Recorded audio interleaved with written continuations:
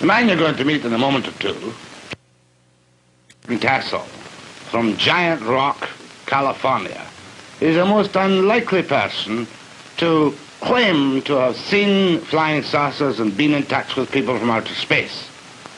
George is a very ordinary fellow. He doesn't make any money out of his flying saucer beliefs, but boy, he really believes them.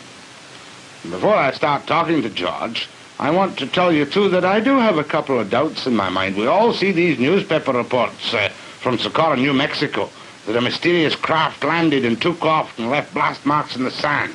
Airline pilots from time to time talk delicately about strange aircraft circling their normal aircraft in flight, perhaps even cutting off the power of their engines momentarily.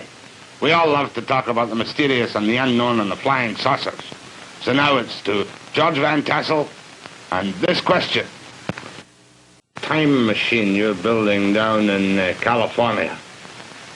Well, Jack, this was the result of a formula which was given to me by a man who landed a ship at my airport in 1953. And we put this formula under research, tested a number of experiments on a bench in a good electronics lab in Chicago, and we produced phenomenal results with evidence that we should do it on a larger scale in order to be able to do more with it.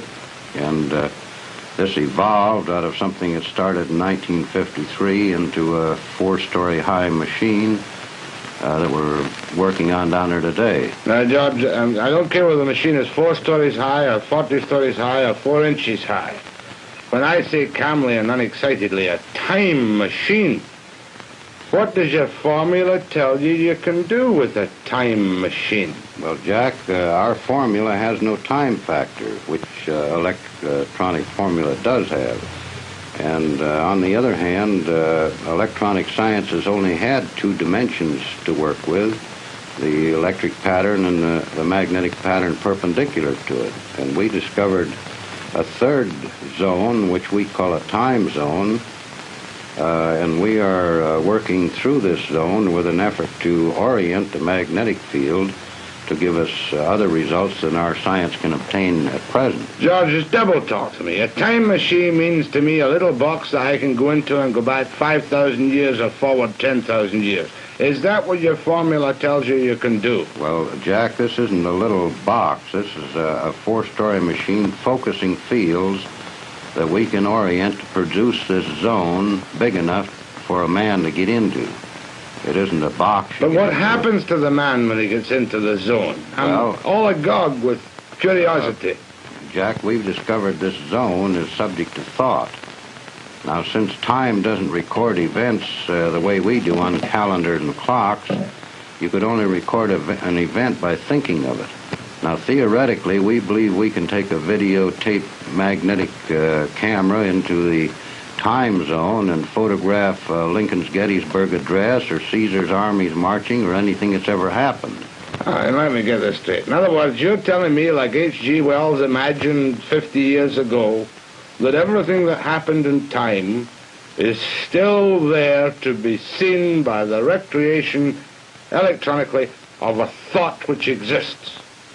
Jack, you know how you talk into a tape on a tape recorder and play the interruptions back, identical to the play that you made. The Earth's magnetic field is the same way. You can put interruptions into it and play them back out of it. An associate of ours in creating a magnetic coupler with this principle coupled in the Earth's magnetic field and played back TV shows from stations that aren't even in business anymore.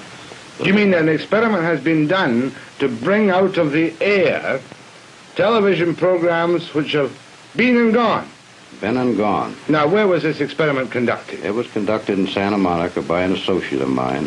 Why hasn't this hit the headlines throughout the world as that's a time machine in action? If I can... Jack, the reason it hasn't hit the world is because, as I understand it now, the Navy Department took him and the research over because He also discovered he could bounce magnetic echoes off the ionosphere and locate submarines under the ocean, regardless of where they were. So who is this associate of yours? this is a fellow named Charlie Arts. Charlie Arts? Yeah. And is he a free man walking around today? Well, he's free where he is in this super secret research he's conducting.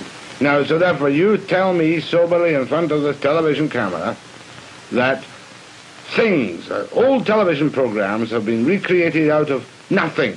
Played back with a picture and the sound just as good as the day they were broadcast. We've done this many times. Why didn't you bring one up with you?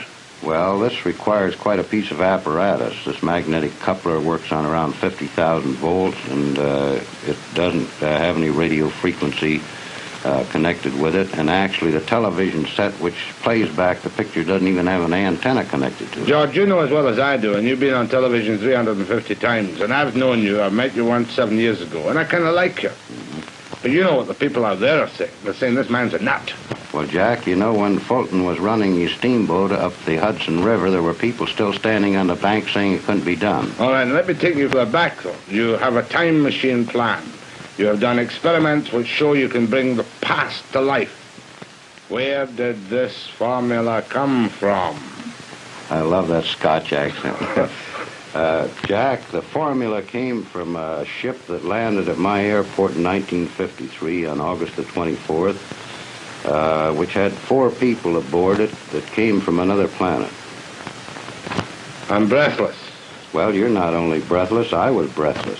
But I'm cynical, too. Well, that's fine. That's the way to be. In fact, I'm a bigger skeptic than you are of many things. I'm an unbeliever. Convince me that this really happened to you. Well, this thing is very similar to a thing that happened in our biblical records where a Lord presented Moses with a pattern to build a tabernacle. They came out of the sky, they handed him stone tablets, and this phenomena that's taking place today is as old as our history, as our civilization. This isn't anything new that's occurring. It's something that's being continued in another time of crisis when conditions affecting the people of this planet are reaching a point where somebody has to take care of the situation. Now, I don't intend in any way to be disrespectful or blasphemous, but do you feel, and I know you're not an evangelistic type, do you feel that you're some kind of Moses receiving a new word? Well, I don't say that, Jack. I say that what is occurring now has occurred before. There's many records of these ships landing throughout history, clear back into Sanskrit. And there are records in the 1898 Chicago newspapers that covered the front page for 3 days of a big ship setting over Chicago. When you realize we're dealing with a type of man that is almost as far above us in intelligence as we are above the lower animals, there isn't anything phenomenal in this at all. Now, you say casually, because this is your life's work now, ships. Now, you mean flying saucer, don't you? Well, a flying saucer was a name the press put on this thing. And actually what they termed a flying saucer was nothing but a scout ship from the big carriers. But I want to go back to that night in 1953. Tell me, where did this happen for people who haven't heard you talk or seen you yet? It happened on my airport, which I've operated for the last 16 years, at Giant Rock Airport, 17 miles north of Yucca Valley in California, or 40 miles north of Palm Springs. Now, this is a private airport for small aircraft, is it? This is an airport used both by the military and private aircraft. You own this airport, do you? I lease this airport from the United States government. I've operated it for 16 years since I retired from the flight test business and the aviation. Right now. How old are you now, by the way, George? I'm 54, Jack. Got 3 grown daughters married and 11 grandchildren. You don't mind if I ask you the stock question? I know that you've been asked every obnoxious question that can ever have been asked. You've never been treated for any form of emotional upset. I've never had an emotional upset other than women. Except that night in Yucca Flats, not Yucca Flats, at Giant Rock, when this ship appeared. Now, give me the details, George, because I'm never tired of hearing the details of a man who says he has seen creatures from another world. Well, actually, Jack, this was as simple as crossing a street and getting hit by a car. After it's over, you're the victim of the circumstance. And I didn't see the ship land. One of my son-in-laws, there wasn't my son-in-law at that time, saw it come down. Another man on the airport heard it, and he wasn't where he could see it. And the man got off of the ship and approached me before I even knew there was a ship down. Where were you then? What time of day or night was it? It was 2 o'clock in the morning and approximately a full moon, which is like daylight on the desert. Were you walking about outside or what? No, I was sound asleep when he awakened me. This man awakened you? Well, something awakened me. So you got up out of your bed? I got out of my bed and went aboard the ship at his request. This man, in what language did he converse with you? He talked to me in the best English equivalent to Ronald Coleman. And he met you there and he said, what did he say, come with me to my ship, or what? No, he said, I asked him what he wanted because we have a lot of people come in who stuck in the sand and broken axles and whatnot. And I asked him what he wanted, and he said, my name is Solganda, and I would be pleased to show you our craft. Solganda? Solganda. Was the craft visible to you at this time? It was when he stated this. I saw beyond him the ship, which I hadn't seen before. What did you see? A bell-shaped type of anti-gravity ship that they operate as a scout ship out of their big carriers. How big?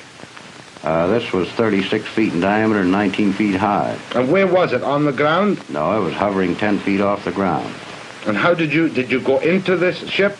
I walked with him to a spot underneath it, and an anti-gravity beam took me up through a hole in the bottom of it.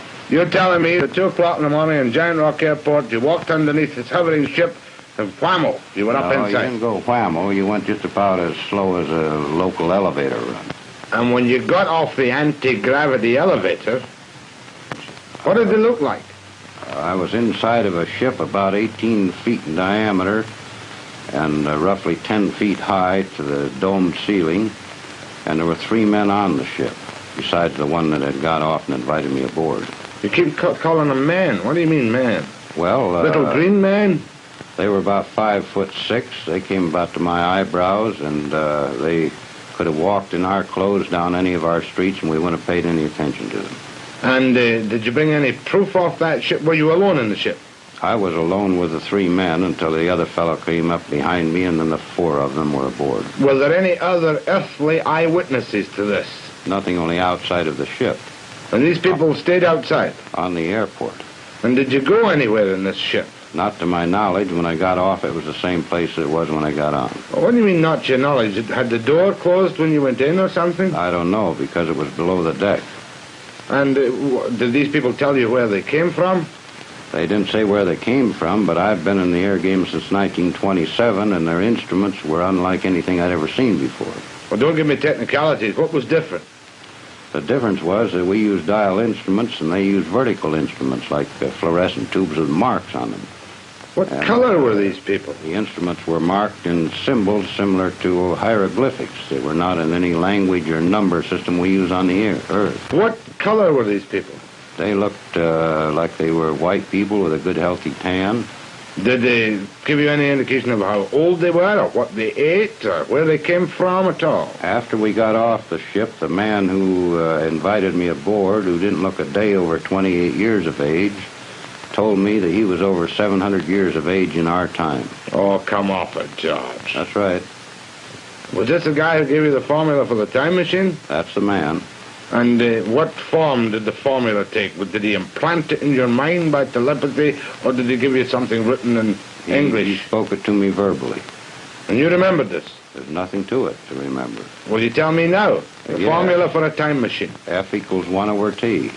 F equals 1 over T. F being frequency and T being time. And this enables me to go back to the time of Caesar's armies conquering Britain. Well, it would enable a mathematician to work this out, yes. And why hasn't this been acclaimed like Einstein's E equals mc squared?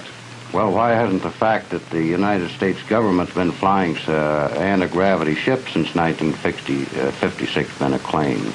Or the fact that there's a crater on the moon with a base in it since 1954, we've known this. All right, but let's get, first of all, the U.S. Why haven't the FBI clapped you incommunicado for breaking secrets that they want to keep secret in the United States? Well, possibly because they know this information is going to get out eventually anyway, and what I say won't make any difference. Now, that particular night when you had this experience, did you call the police? Did you call the Army, the Navy, the Air Force, the White House? Well, I'm 17 miles from the nearest phone, Jack, and the nearest phone would get me to the sheriff's office, and it'd take them about 40 minutes to get out there. Or wouldn't you have a phone on an airport? No, we have no phone. But you're an operating airport. Well, we're an operating airport, but we're isolated in the middle of the desert, 17 miles from the closest town, and they've never run phones out there. So how do you communicate with people who want to use your airport? They fly in or write and phone to the local town where my daughter lives, and she notifies us when she comes out. Now, you talked about a crater on the moon. Now, I thought all the moon stuff had been debunked and that nobody ever really knows what goes on the moon. What's this? Well, this is the Gassendi crater. This is 55 miles long and oval-shaped. It's in the Mare Humorum Sea, or on the edge of it. Since 35 years ago, they wondered why this particular crater had these lines in it. And with the magnification which you can get with a larger telescope, this is what they found. These lines are tubes laying on the surface of this crater and running under some of the mountain ridges. There are 3 large dome-shaped structures in here. These tubes run clear outside of the crater, and we know they are tubes laying on the surface because the sun is shining from this angle, and this mountain peak causes this shadow. But what does it all mean? Does it mean that this is a rocket launching or a flying saucer base on the moon? This has been a base on the moon for perhaps many thousands of years, used by these people in the spaceships to resupply their ships or whatever is required. Not even Life magazine has accepted this as genuine, though, has it? Well, the Palomar Observatory people that took the picture won't even comment on it, so... There must be a great conspiracy of silence to keep George Van Tassel's secret of the universe away from the people. No, it isn't to keep anything I know away from the people. It's to keep many things away from the people. Let's talk about this picture. This is the time machine. This is a picture of the machine we're building down there. This structure is actually up. We're working now on the parts on the equipment that operate it. This rim around here has armatures 57 feet in diameter, which will be better than 4 times bigger than the biggest armatures ever made before. But is that the place where you did the experiments? By the way, how old were these television programs you pulled back out of time and space? Well, the oldest one was 6 years back because television was 6 years old when this was done. And what program was it? Do you remember? I don't remember what program, but I know that on checking up on some of the stations that Art found that the station no longer existed. It was out of business. Let's get down to some more basics now. Are you making a lucrative living out of traveling around the world, evangelizing for flying, around the continent, evangelizing for flying saucers? No, Jack, I'm on a vacation to rest my wife because she's been 2 years in a 40-seat restaurant without a rest, more than anything else, and I enjoy these particular things as a sideline.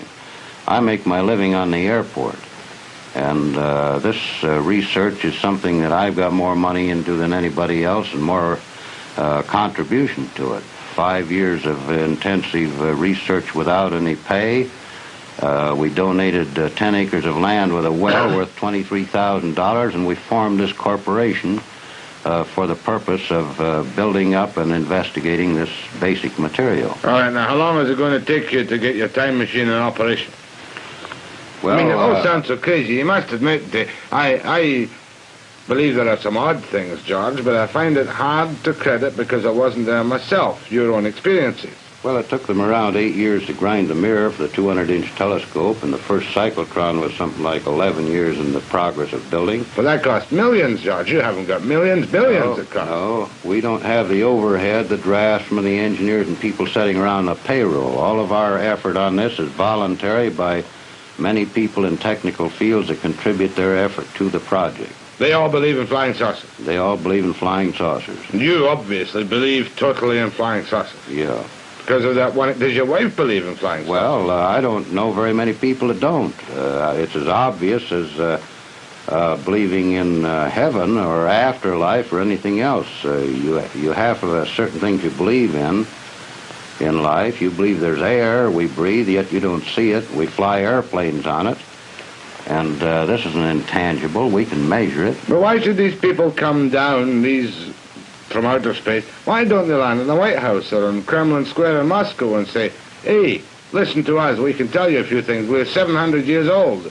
We can travel through space. We're not concerned with time differentials. Well, probably they're not concerned with giving us too much of their information because we'd only use it in our battle to destroy each other here. Did these 4 men tell you that themselves?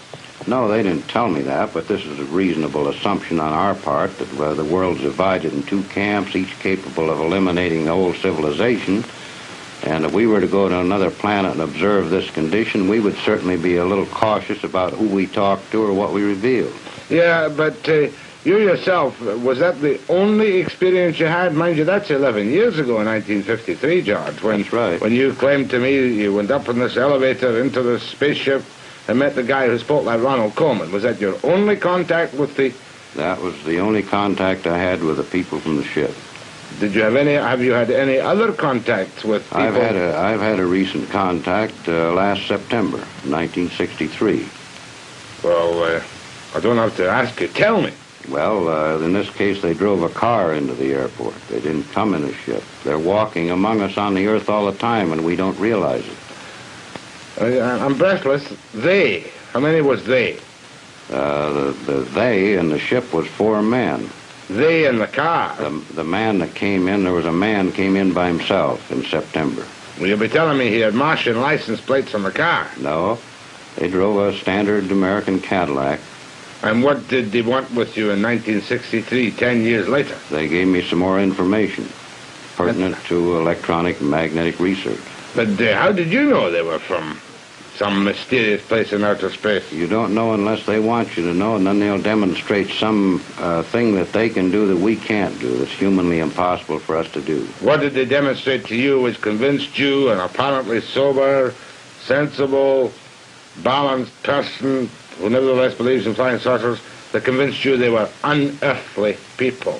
Well, they demonstrated the ability in front of 19 people sitting in a lounge, for instance, that they could sit there and disappear before your eyes and reappear. In fact, the man did this 3 times.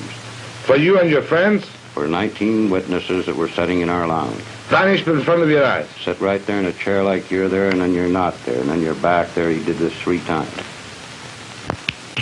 Now I'm going to disappear.